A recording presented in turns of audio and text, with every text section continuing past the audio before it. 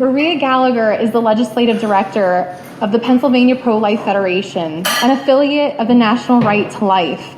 Maria previously served as education director for the Federation. Prior to that, Maria worked as a legislative associate for Ohio Right to Life. Before serving in the pro-life movement, Maria worked as a reporter for a radio station and a statewide radio network, and as a producer for a CBS TV affiliate. Maria has a BA in journalism from Ohio State University and a master's degree in journalism from Northwestern University. I'm personally grateful to have the opportunity to have gotten to know her through Curcio within this last year. From the outside, Maria can sometimes seem a little quiet into herself. She joined us at Sunday Mass and brunch after Holy Name. We had Mass at Holy Name and brunch afterwards, and she was nice enough to join us. And so she can seem sometimes quiet into herself, but man, she truly shines when she gets up on stage. Her energy is just contagious. You will feel it tonight.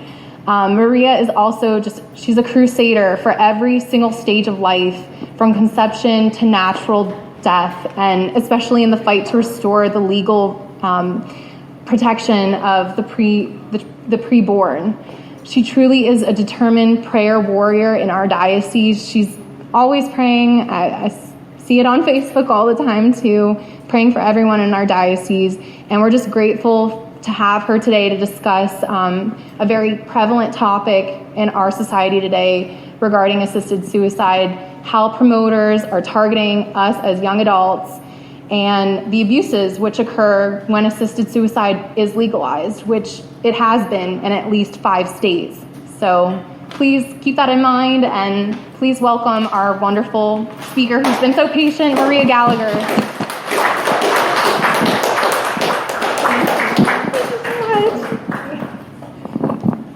I just love Brittany.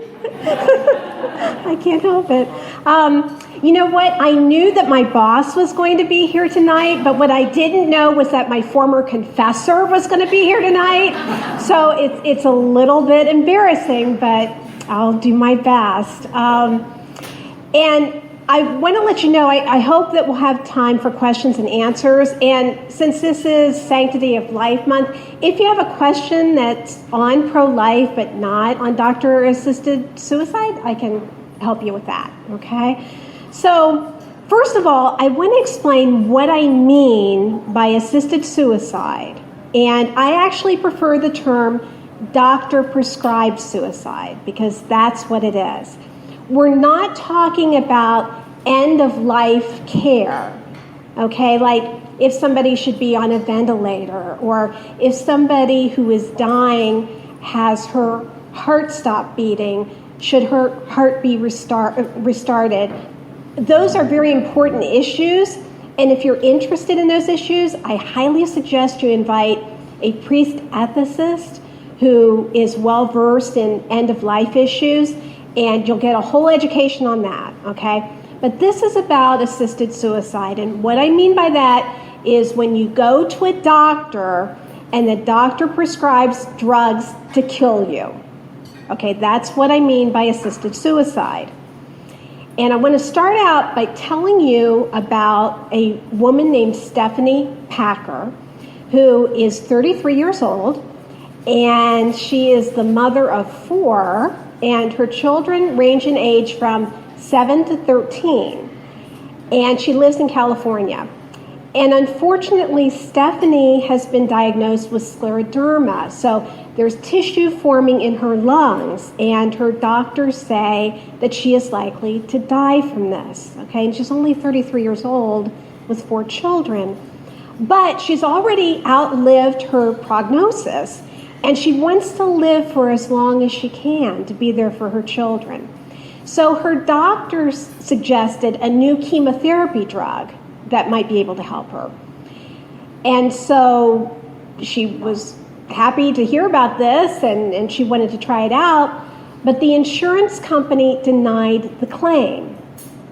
They wouldn't pay for it. And since she lives in California, where assisted suicide is now legal, she was curious. And she does not believe in assisted suicide. But she decided to ask the insurance company, okay, if I had asked for assisted suicide, would you have covered that? And the insurance company came back and said, yes, and your copay would have been $1.20.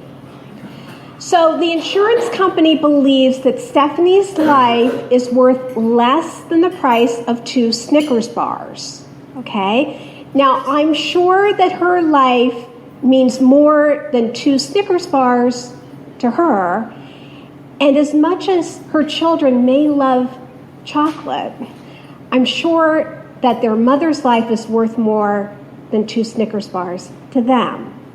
But see, that's what assisted suicide leads to. It leads to all of these implications, these unforeseen circumstances, where insurance companies are really using financial pressure on people to end their lives. And I mean, we've seen historically, when the stock market crashed in 1929, did you ever see the old vintage reel of people literally jumping out windows because they thought their lives were over? So they might as well go now, okay? And when people are under that severe financial pressure, they can feel as if they're powerless and they want to end it all. So that's one of the dangers of these assisted